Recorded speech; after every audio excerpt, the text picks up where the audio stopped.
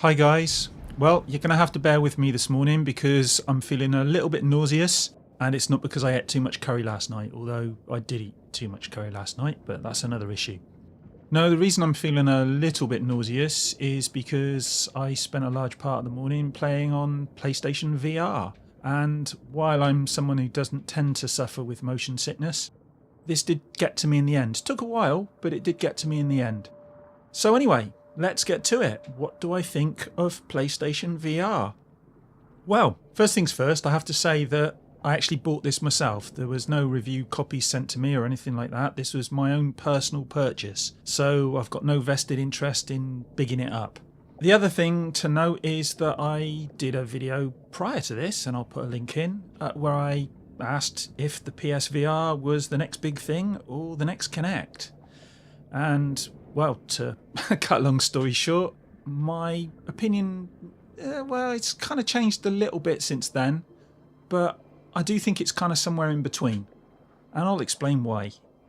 Basically, I've had a go at quite a few games now, and primarily PlayStation VR Worlds, though I did have a look at the Until Dawn demo and the Drive Club VR demo as well.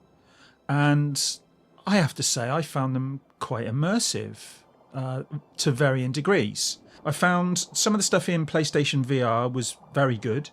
The Into the Deep stuff with the shark attack and just the exploration side of things was fantastic. It was a real experience, and I really enjoyed that. And the shark attack, some people were jumping all over the place on videos I saw, and it didn't have that effect on me. I don't know, maybe I can remove myself somewhat from what's going on, but it didn't really make me jump in anyway. But it was good. It was a great experience, and it was good to have the shark up close and personal, as it were. I also found Scavenger's Odyssey. That was quite good fun as well, and that was quite immersive, although I think that was the one that made me feel a little bit nauseous, because that was the one I was playing most recently, and you are jumping around in space from asteroid to asteroid, and there's no kind of up or down as such. You're kind of moving from one perspective to another, so that might have been what was affecting me. I did do VR Luge before that, and that didn't actually make me feel too bad, although I have to say I nearly fell off my chair at one point because you have to move your head to turn, and I found I was moving rather too much, and I nearly fell off my chair, and I actually kicked the PlayStation Move controllers, which I wasn't using at the time, across the room, so be aware of that when you're playing.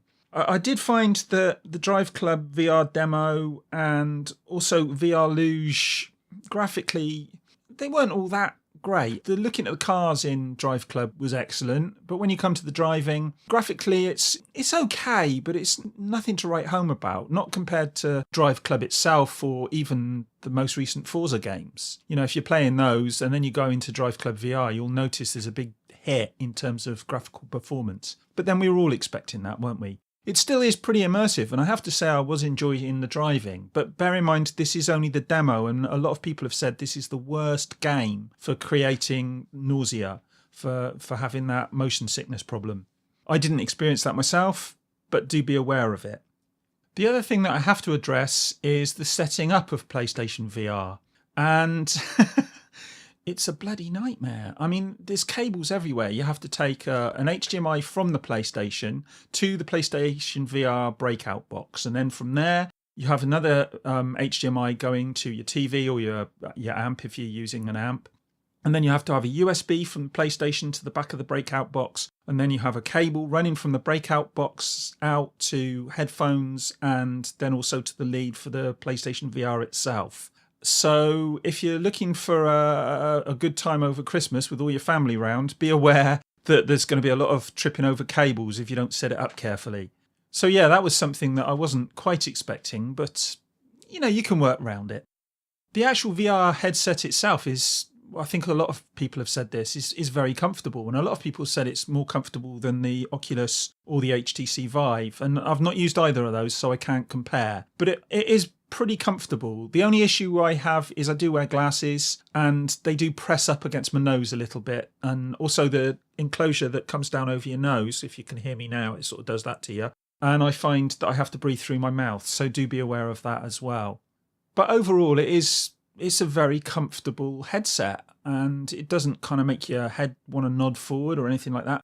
Once you're in there and you're playing a game or you're having one of the experiences or whatever it might be that you're doing, it's actually a pretty comfortable experience. So yeah, I'd give it a good score for that if I was scoring it. But there are some other issues apart from cable management.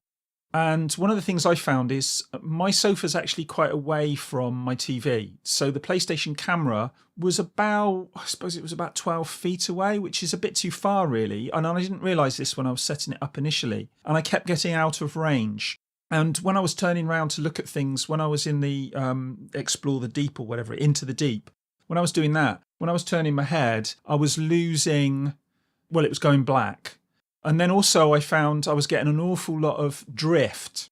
Now, what I mean by drift is you're sitting there, you're watching the screen, and as you're playing, the screen or the image that you're looking at is slowly drifting one way or another. In my case, it was drifting to the left. And over time, I had to keep shifting round. So by the time I'd finished playing yesterday, I was straight onto the telly initially. By the time I'd finished playing, I was at 90 degrees to it because I kept having to shift round to the left to try and compensate for the picture moving. And a lot of people have had that problem, it seems. Now, I was playing again this morning and I actually brought a chair in, stuck it in the middle of the room, sat on that and played again, and I didn't have the drift at all. So that may solve the problem if you're actually trying to use it and you're having that issue. Move a little bit closer and you might find it solves the problem. Now, I do know, reading some of the forums and stuff, that other people have had the problem and it hasn't been solved by moving closer. So again, you need to be aware of that. Overall, though, I found that it was a really enjoyable experience. But that's the problem. It's an experience. And I do think that it's going to have a hard time becoming your main gaming platform. I'm sure Sony and Oculus and all those guys don't necessarily think that's going to be the case. And I do think if you look at the stuff that's available on there, you've got, the driving game, which it's good fun, but it hasn't got as much depth or graphical fidelity as a non-VR game. And the PSVR, of course, is the one that's going to suffer most for that because it hasn't got as high a resolution screen as either the Vive or the Oculus. But I think a bigger problem is not to do with the graphical fidelity or anything like that, which you can live with. And in some instances, you don't even notice. Like I say, Into the Deep, it was fantastic. I really enjoyed that. But it wasn't a game, really. You're just sitting there watching stuff going on. And that's the bigger problem for me. I'm not sure how much depth these experiences, games, whatever you want to call them, are going to have moving forward.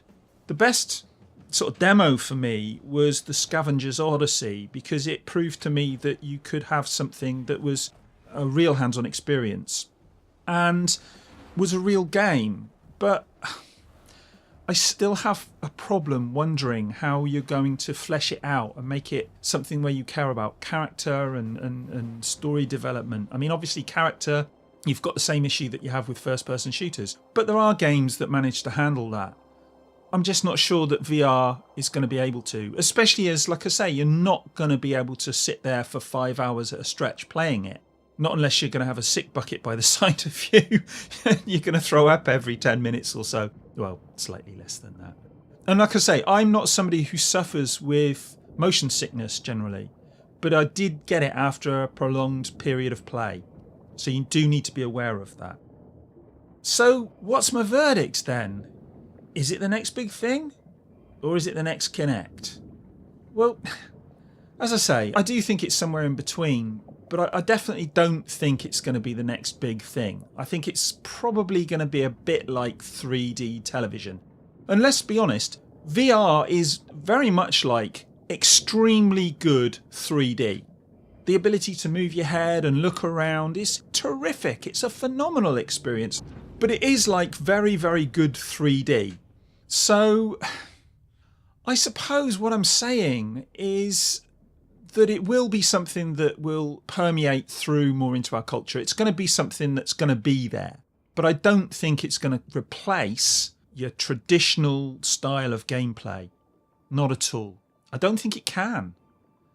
And I also think there's this issue that you have with 3D TV or 3D cinema as well, in as much as you have to shoot things and design things from the ground up if you're going to have a really good experience. And I think that's going to be even more the case with VR. Developers are really going to have to look at how they produce games and how they do this stuff to make the experiences worthwhile. Because, 10 minutes in it is brilliant and all, but are you going to want to spend 5 hours? And I've already said, I don't think you can. For the most of us are just not going to be able to do that. But anyway, that's what I think about it. I don't know what you think. Do you think that it's the next big thing? Do you think it's a damp squib? You like me, you're somewhere in between?